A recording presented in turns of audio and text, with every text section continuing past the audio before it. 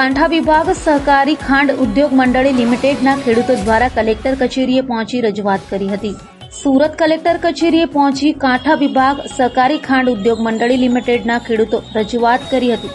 69,000 ton શેરડી કાંઠા sugar ફેક્ટરીમાં ખેડૂતોએ આપી છે અને તેમાંથી એક પણ ખેડૂતોને શેરડીના પૈસા મળ્યા નથી।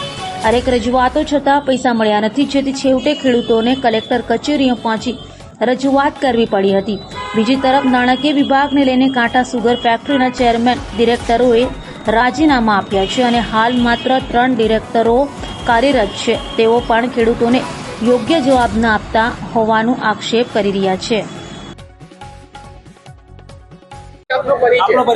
હું મનહર પટેલ, કાંઠા સુગર ડિરેક્ટર। મારું મૂળ વતન ભાંડુપ ગામ છું। અત્યારે નિવૃત્ત કર્મચારી છે અને અત્યારે ખેડૂત તરીકે ફરજ બજાવી રહ્યો। ખેડૂતો આક્ષેપ લગાવે છે કે પૈસા કંઈક શેરડીને ખવાઈ ગયા છે, શું જાખો ભાઈ એ લોકોની રજૂઆત બિલકુલ સાચી છે। એ લોકો જે ઠાલવે છે એ વ્યવસ્થિત જ છે, કેમ કે અત્યાર સુધીનું જે કૌભાંડ છે ને એના માટે અમે બંગલો ફૂંકારેલો 3 ડિરેક્ટરો, મનહર પટેલ, સતીશ માસ્ટર અને કાંતિ પટેલ। જ્યારે ચાલુ સિઝનમાં કિરીટભાઈ પ્રમુખ તરીકે રાજીનામું આપીને ખસી જવા માગતા હતા, અમે બધા ડિરેક્ટરોએ ભેગા થઈને રાજીનામું નામંજૂર કર્યું।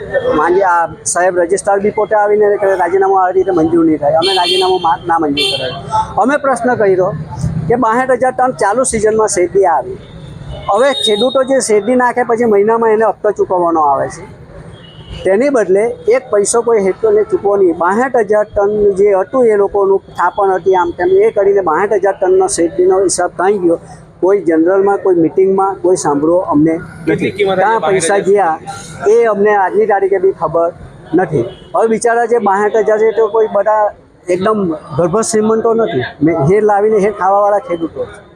હવે આજે એ છોકરાઓનું ભવિષ્ય, ભણતરની ફી કે દવાખાનાની ફી, અમુક ખેડૂતો તો ફાઇલ લઈને આવેલા છે, એટલા ખેડૂતો તમારા લોકોના રાજીનામા પણ માંગી રહ્યા છે। હવે એ અત્યારે જાણવા મળ્યું છે કે રજિસ્ટ્રાર થકી કે હજુ પૂરેપૂરા ડિરેક્ટરોના રાજીનામા નથી આપ્યા। અમે 3 ડિરેક્ટરો કેમ નહીં રાજીનામું આપતા હતા? કેમ કે અમે 3 ડિરેક્ટરો થઈને પ્રમુખ, ઉપપ્રમુખને એમડીની વિરુદ્ધમાં રજિસ્ટ્રારમાં અરજી આપેલી કે આ લોકોની સામે ભ્રષ્ટાચારીઓ સામે તપાસ થવી જોઈએ, એમને સજા થવી જોઈએ। કેટલા રૂપિયાનું કૌભાંડ રહ્યું છે આશરે? અત્યારે ટોટલ શેર ભંડોળ હાથે 153 કરોડનો ફિગર એ લોકો જ આપે છે।